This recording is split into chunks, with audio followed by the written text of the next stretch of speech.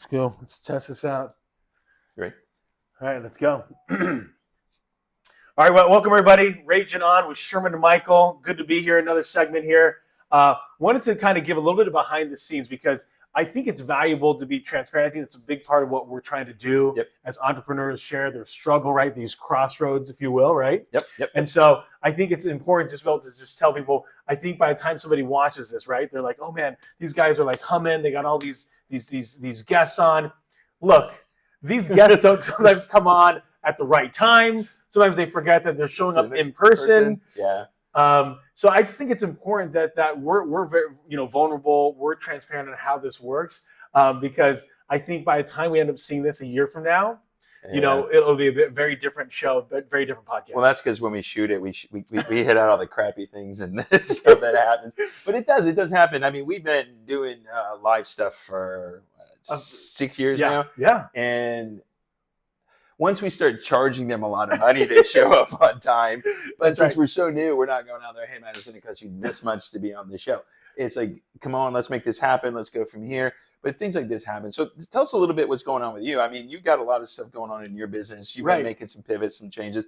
What's happening, man? Because I love the white shirt, dude. Thanks. So I number one, when it comes to clothing, I just have this regimen of like dress shirt, polo, t-shirt. Dress shirt, polo, t-shirt. This is like this is what I consider like the polo. This takes a polo style. I was on jury duty this week, and I'm like looking at my closet, going, "Holy crap! I can't go in there with whiskey shirts." So I had to change a little bit. That doesn't bode well from a jury perspective. And then so from a professional perspective, so you're right. One of the areas that so I'm here at Hoteling. We're a broker solving a lot of financial risk management needs for people, right? Basically said the insurance needs. And so really where we focus on here at Hoteling is the high net worth. So it's going to be the family office. It's going to be those that are, running a business, 100 employees or more, revenues probably over 30 million. That's really who we cater to here on all things risk management. Right. My network is filled though a lot with people in the middle market. Right. And so I needed a solution for them. And also, I needed health insurance. Right. And so when you're an independent contractor, unbeknownst to most people, when you're a financial advisor or you're an insurance agent, it's all on you. Yeah. And so I'm married. I got 5 kids. I got the gaggle. Yeah. And so health insurance is expensive. Yeah. So I was able to partner with this company called Modern Woodman, where I'm able to offer that middle market solution.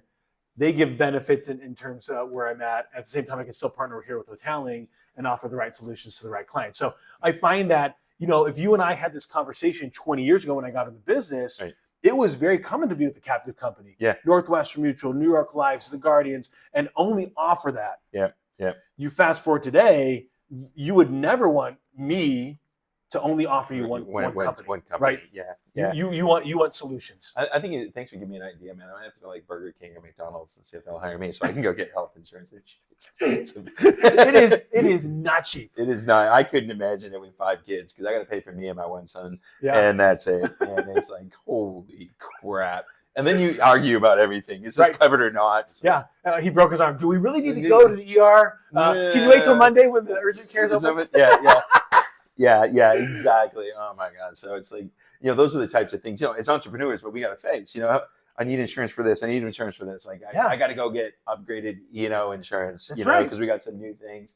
And it's like, all right, is that going to be enough?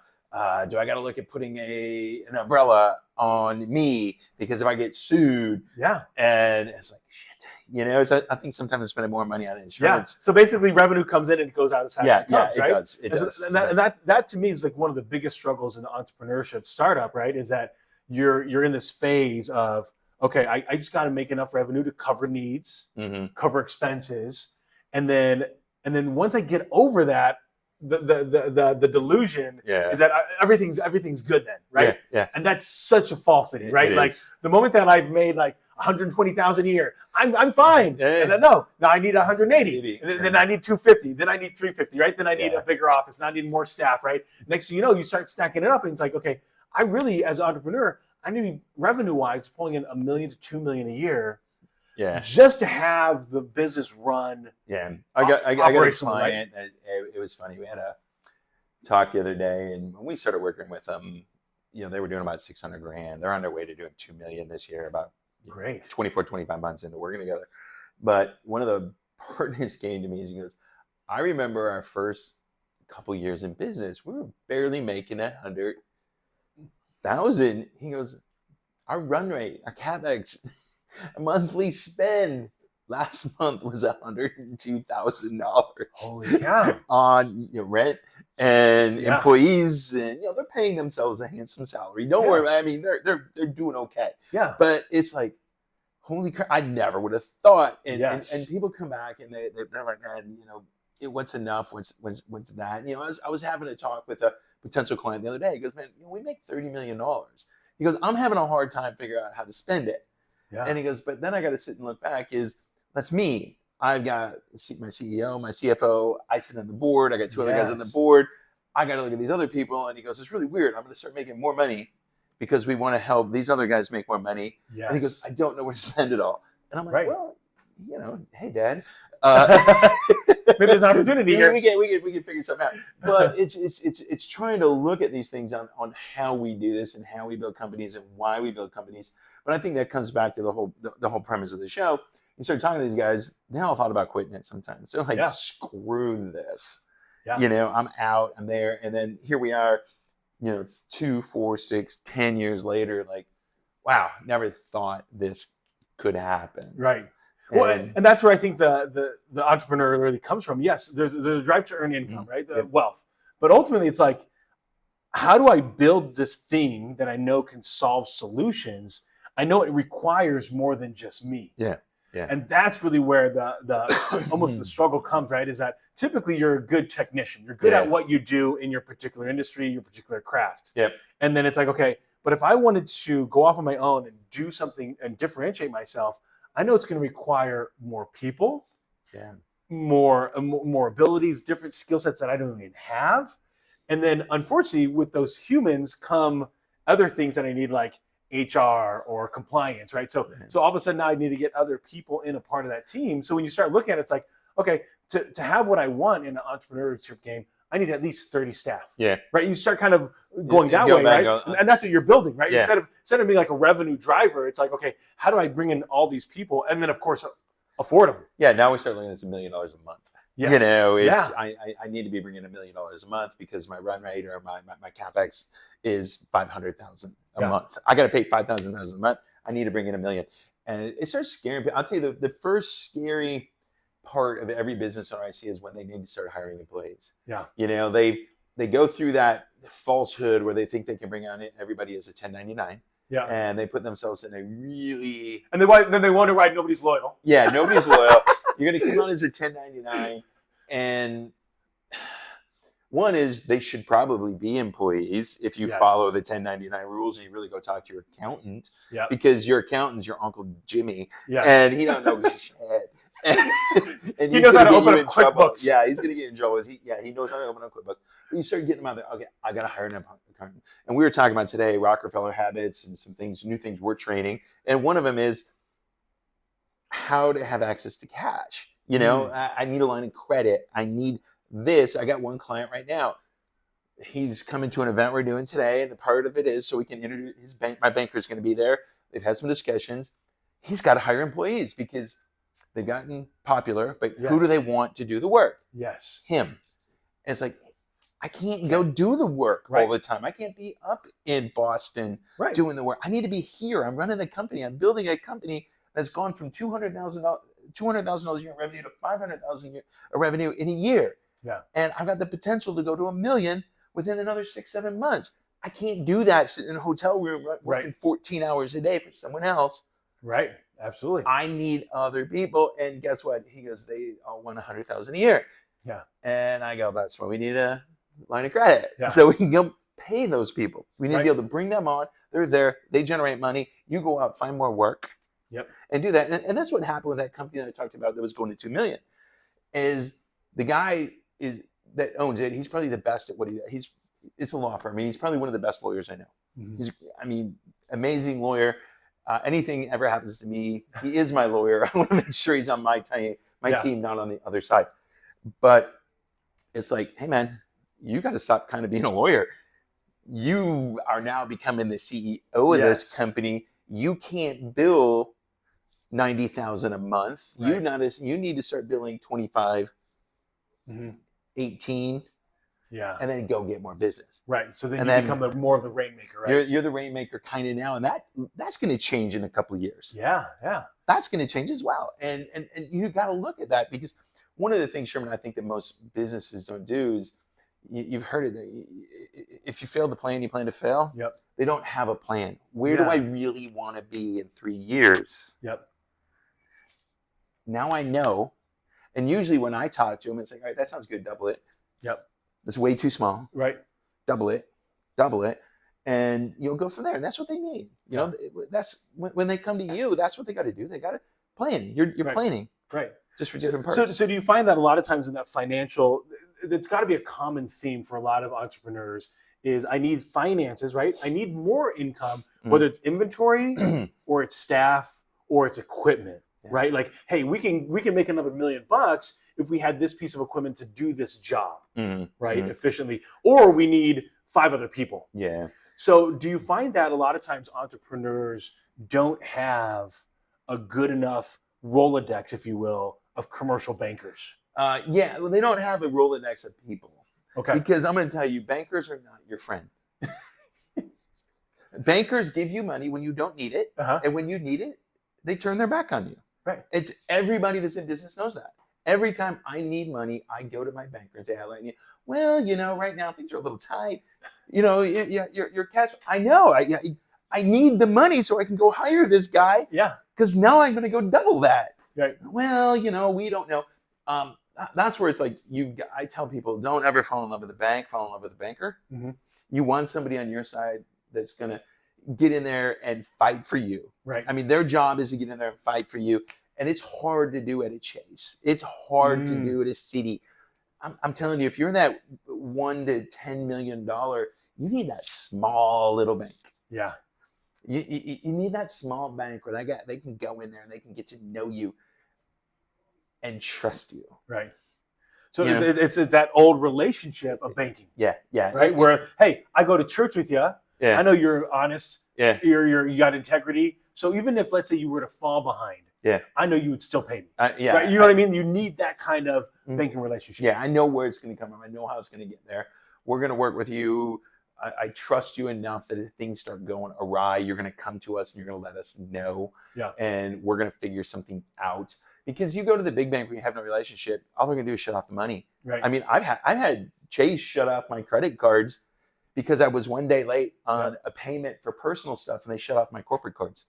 And that's just the mechanism of their algorithm, right? Yeah. It's nobody doing it there. Yeah. It's purely just the mechanism of, oops, missed, boom, done, right? Yeah. Like, and then you call and you're like, hey, unrelease it, and then they unrelease it, right? They do. It took them 4 days. But like for me, all I did is I changed banks, and in the time and the payment I set up automatically. Unfortunately, since it was a new bank, took more time, and it missed. And it's like, so do you find a lot of times the business owners that you're talking to, are they fearful of debt, right? Because we're taught we're taught such poor understanding of debt. Yeah. It's bad. You talk to financial advisors, it's evil, it's horrible. But in a business perspective, debt is power if properly utilized, right? Yeah, it's a tool.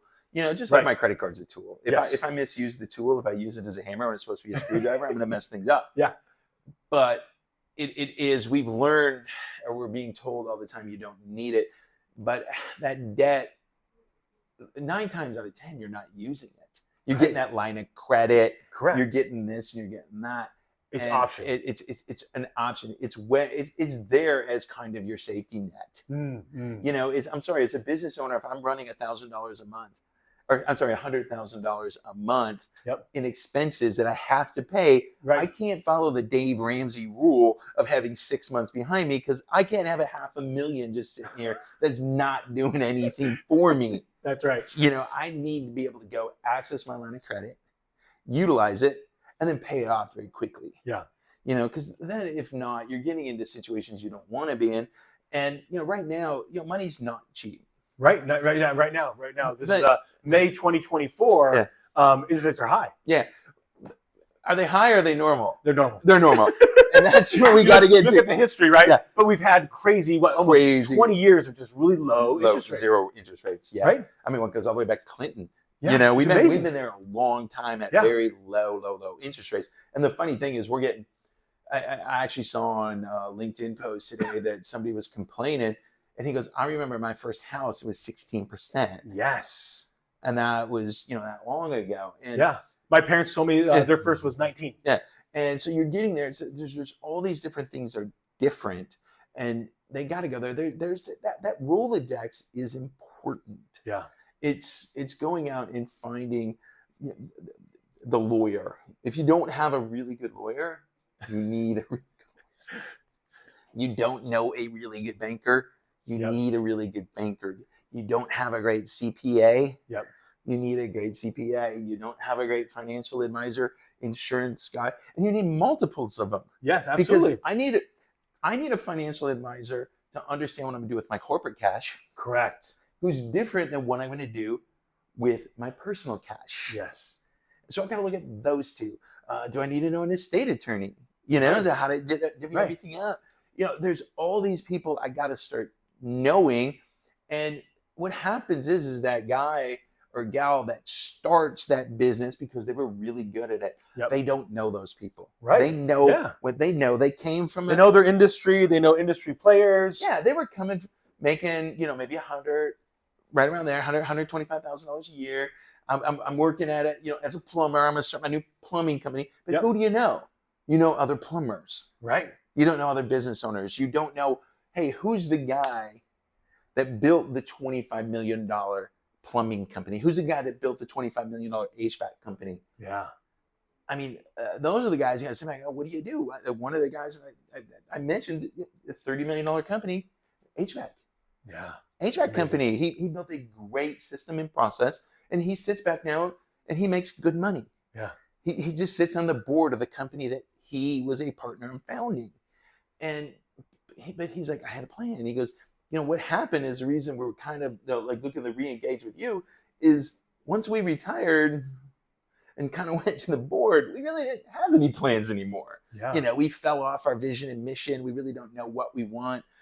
All of our executives are new. They didn't come in. We need to help them see where they got to take the company. Right. And we need to figure that out. Right.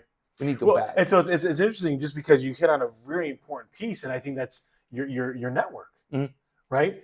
Completely separate from staff, because staff, as you mentioned, is a great topic. But when you look at your network, you have to be just very honest with yourself if you have the right people. Right? Because if you've surrounded yourself with people that are doing it part-time, the part-time attorney, the part-time lawyer, then you're going to get part-time results. Yep. And so that's one of the biggest struggles that I find for a lot of people when I sit down with business owners in regards to what they're looking at is they've grown faster than what they knew. Mm-hmm. They're bigger than they think, and then that means they need to shift their thinking. Yeah. And a lot of times it's kicking people out of your internal network and bringing new people in and getting to where you need to go. And it's not saying get rid of your friends, but it's like the people you go to for advice now. Yes, it can't be the kid you grew up with. Yeah, they don't know unless they became what you wanted. Yes. Don't go to them for that advice. Yeah. Those are the things that we need to look at. And so it is going out to build the network, and it's going out to the right networking places, and it's doing that. And you and I see it all the time. Yeah. And we talked about it. And I know your people, your staff, you go to this business and Bruce things, and you're not going there to make business connections. You're going there to find potential people to come work for you. Yeah, that are unhappy and dissatisfied where they currently are. Right. I'm not looking to sell you insurance, but some people go there thinking that, right? They're like, hey, I'm a mortgage lender. Let me go see this 300 people networking. Hey, how's your mortgage? How's your mortgage? How's your mortgage? That's the worst place to do it, right? Yeah. But it's like tomorrow I'm going to this big M&A thing. So it's going to be a Saturday. I'm going to be there 9:00 in the morning. Right. Till 7:00. I'm really there for the 5 to 7. Because that's the happy hour. Right. And I know 4 people that are speaking. A fractional CFO, a lawyer, a dude that owns a company. I know, and I'm going there so they can introduce me to people that are in my top of my funnel. Right. And then the value of you sitting there, right, is really just to see who should I be talking to from that 5 to 7. Yep. Right. So you're going to introduce, but then who else of your own proactiveness do you need to be talking to? Go right. around and talk. But you're not going to know that if you don't show up to the 9 to 12, right? Yeah. The 9 to 5. Yeah. I got to show up to that part. I'll probably show up about 10:30. I've got to look at the list and see who's talking. I think one of my buddies, Andrew, is talking like 10. So, I'm going to be there for that. Yep. But there's going to be people in there, and I'm going to go meet them. I'm going to sit. I'm going to talk. You can't go there and shut the fuck up. Go talk to people, and don't go there to sell them. Oh, and then don't go there to sit on your phone. I don't know how many people I see this, right? They go to this networking event, and they're like, they're doing this the entire time. They're on their phone, and they're like, I'm at this networking event. Like, no, you're not. You're not talking to anybody. You're on the phone. Right? You're making yourself look important because it's the old BlackBerry method, right? It's like, hey, I'm waiting in line at the. This is for younger folks. You might not remember this, but back in the day, you didn't used to get email on your phone. The BlackBerry was the first one that did it, and then you looked cool, right? Because I was busy in my airplane line, and I could now send out emails because I was sitting. so I'm busy. sitting in Starbucks. I'm working. Yeah. So you have money, you have your network.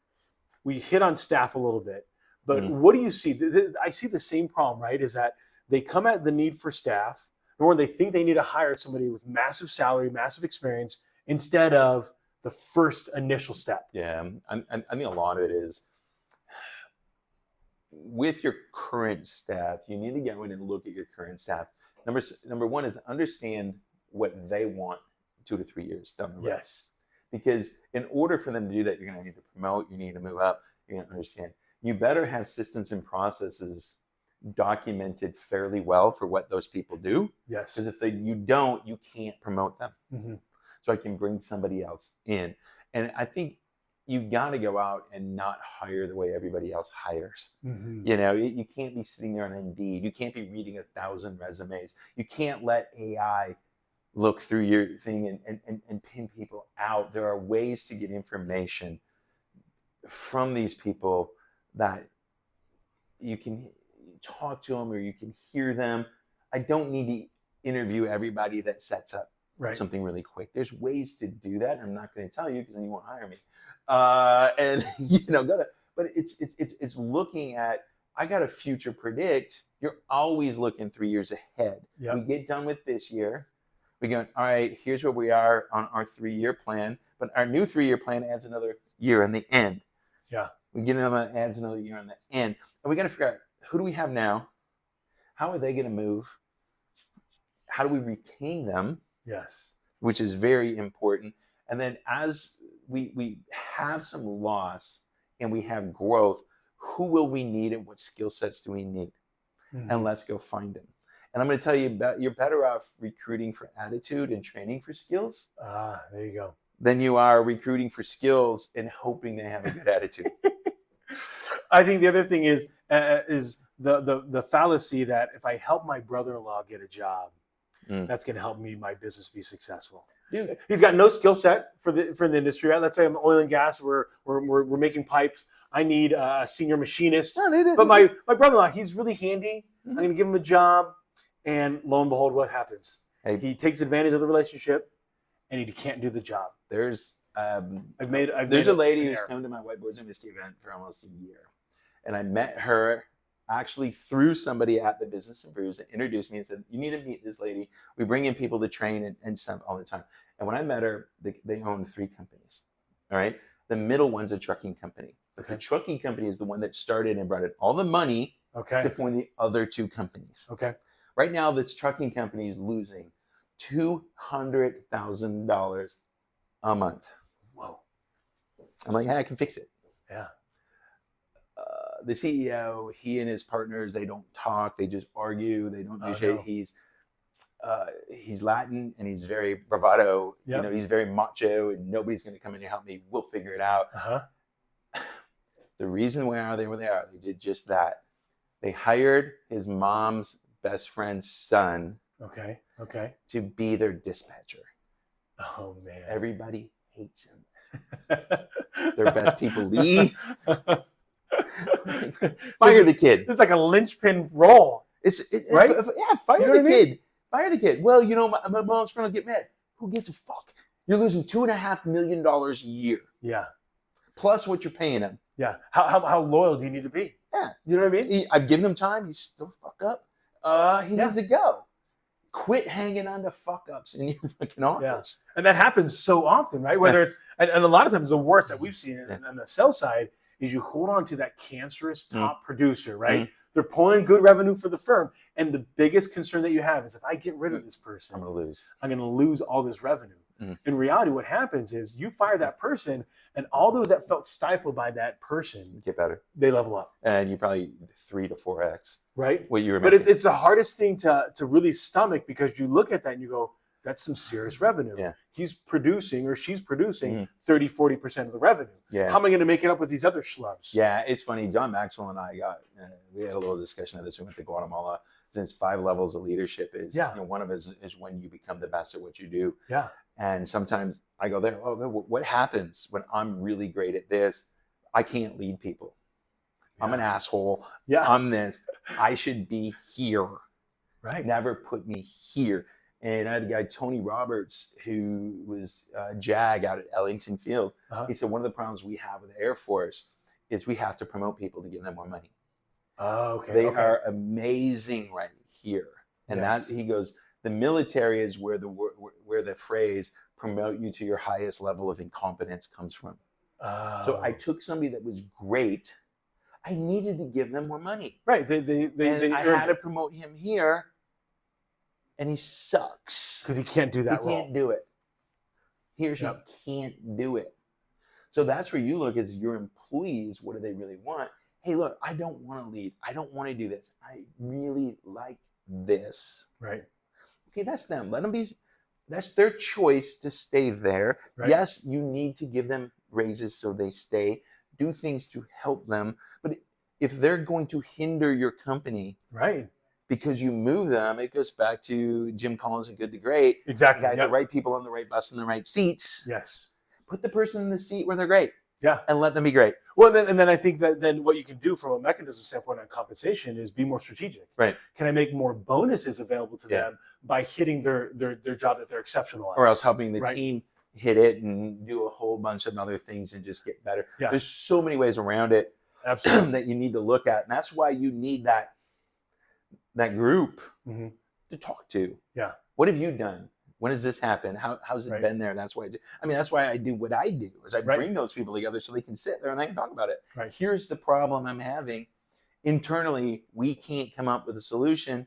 Hey guys, what have you done? Right. Well, I think that's the power of whiteboard and whiskeys that you do, right? Is that you can actually then draw out, if you will, the problem. And then work on solutions. Yeah. And everybody that's there can give input because they've either gone through it or they themselves can see the issues. Yep. Right? Yep. Yeah, exactly. And that's there. And then we move into the accountable boardroom. We go into deeper issues and look at that. And those are the types of things that we try to do. Hey, look at this. We've already filled a half hour. Yeah, 28 minutes, man. So there you go. Behind the scenes with Michael and Sherman.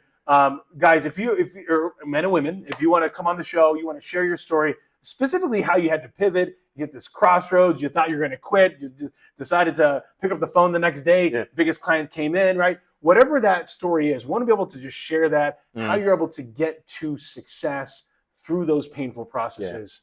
Yeah, that's exactly what we want.